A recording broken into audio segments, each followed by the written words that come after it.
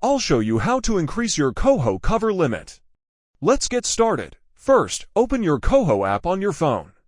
Log in using your email and password or your fingerprint. On the home screen, tap on the Cover tab. Here, you will see your current cover limit.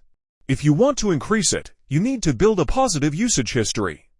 Start by using your Koho card regularly for everyday purchases. Make sure you repay your cover balance on time, every time. Koho tracks your repayment habits, account activity, and spending patterns. They also look at your direct deposit history. So, try to set up your paycheck to go directly into your Koho account. Keep your account active for at least a few months. If you've been using Koho responsibly, the system may automatically review your account. When you're eligible, you'll get a notification in the app saying your limit can be increased. Follow the on-screen steps to confirm the new limit. And that's it. Steady usage and timely repayments are the keys. Thanks for watching.